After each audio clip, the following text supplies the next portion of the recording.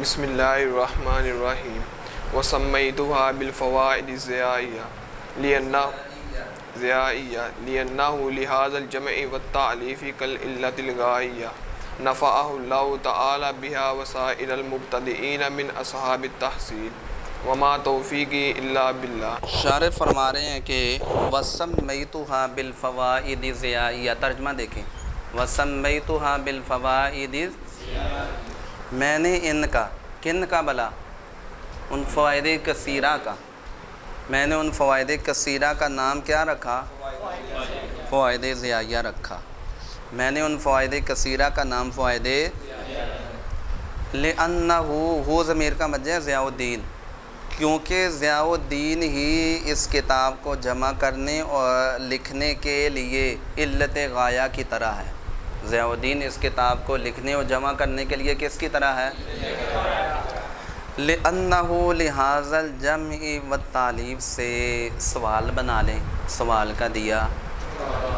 سوال یہ ہوتا ہے کہ حضرت نے یہ جو کتاب لکھی ہے علامہ جامی نے، اس کا نام انہوں نے رکھا فوائد ضیائیہ، تو فوائد کریمیہ رکھ دیتے، فوائد نوریہ رکھ دیتے، ٹھیک ہے جی، کوئی اور بھی تو نام رکھا جا سکتا تھا، فوائد شریفیہ رکھ دیتے، فوائد ضیائیہ کیوں رکھا؟ تو اس کا جواب یہ دیا کہ چونکہ ان کے بیٹے کا نام ضیاء الدین تھا،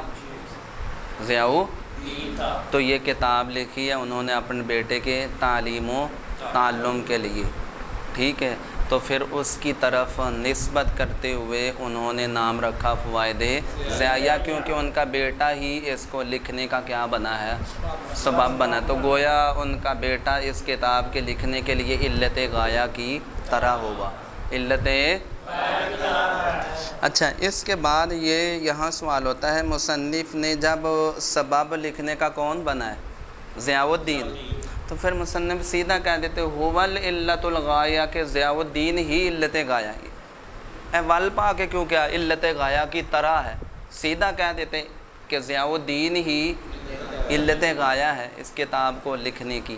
تو اس کا جواب یہ دیا کہ اصل میں علت غایہ یہ ہوتی ہے کہ جو وجود ذہنی کے اعتبار سے مقدم ہو اور وجود خارجی کے اعتبار سے مؤخر ہو۔ جیسے بادشاہ کا تخت پر بیٹھنا یہ علت ہے تخت کو بنانے کی، بیٹھنا علت ہے کس کو؟ اب جانتے ہیں کہ پہلے بتائیں بیٹھنا پایا جائے گا یا تخت بنایا جائے گا؟ تو بعد میں بیٹھنا پایا جائے گا، تو ایسا نہیں ہے کہ بھئی تخت بنانے سے پہلے ہی بیٹھنا پایا جائے، پہلے تخت ہوگا، محل میں رکھیں گے، پھر بیٹھنا پایا جائے گا، یعنی یہ وہ جو علت غایہ ہوتی ہے وہ کیا ہوتی ہے؟ وجود خارجی کے اعتبار سے کیا ہوتی ہے؟ مؤخر ہوتی ہے۔ لیکن یہاں جو ضیاء الدین ہے وہ ایسا نہیں ہے، ضیاء الدین پہلے تھا، کتاب بعد میں لکھی گئی، ایسا تو نہیں ہے کہ ضیاء الدین ابھی دنیا میں آیا نہیں اور کتاب پہلے لکھ دی، تو اس لیے یہ علت غایہ کی طرح کہا، سیم علت غایہ نہیں کہا۔ سمجھ آ گئی جی؟ اس کے بعد دعا دے رہے ہیں شارح علامہ جامی کہ اللہ تعالیٰ اس کو یعنی ضیاء الدین کو اور اس کے علاوہ بقیہ تمام طالب علموں کو اس کتاب کے ذریعے کیا دے؟ نفع دے۔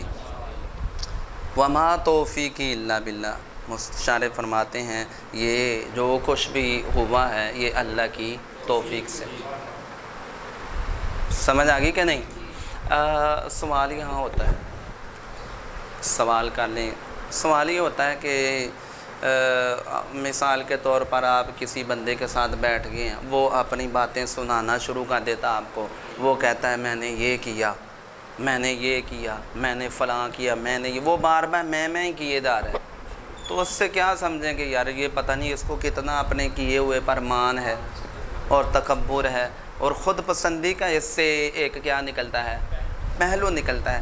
تو یہاں بھی یہ ہے کہ مصنف نے یہ کہا جی میں نے اس کو پرویا، میں نے اس کا نام رکھا، میں نے یہ کیا، میں نے، اس سے ایک خود پسندی کا پہلو نکلتا ہے کہ مصنف کو پتہ نہیں کتنا اپنے اوپر مان تھا، وہ میں ہی کیے جا رہے ہیں۔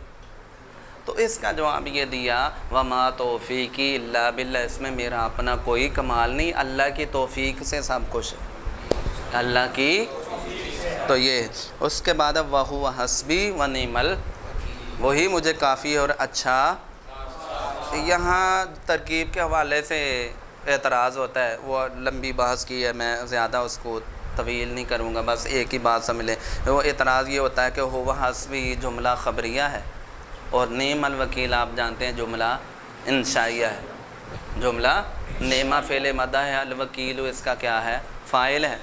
اب انشاء کا عطف آپ جانتے ہیں کہ خبر پر درست، تو اس کا جواب انہوں نے دیا کہ واقعی یہ بات ہے کہ انشاء کا عطف جملہ خبریہ پر درست نہیں ہوتا، لیکن یہ بات مطلقاً نہیں ہے. مطلقاً اگر جملہ خبریہ ایسا ہو جو لفظاً بھی خبریہ ہو، معناً بھی خبریہ ہو، تو تب تو واقعی انشاء کا عطف خبر پر کرنا، خبریہ پر کرنا درست نہیں ہے. لیکن اگر جملہ خبریہ ایسا ہو جو لفظاً تو خبریہ ہو، جیسے ہوا حسبی ہے، لفظاً تو یہ خبریہ ہے، مبتدا خبر ہے، لیکن یہ معناً خبریہ نہیں، معناً انشائیہ ہے. معناً تو ایسا جملہ خبریہ، ایسا جو لفظاً تو خبریہ ہو لیکن معناً انشائیہ ہو، اس پر انشاء کا عطف کیا جا سکتا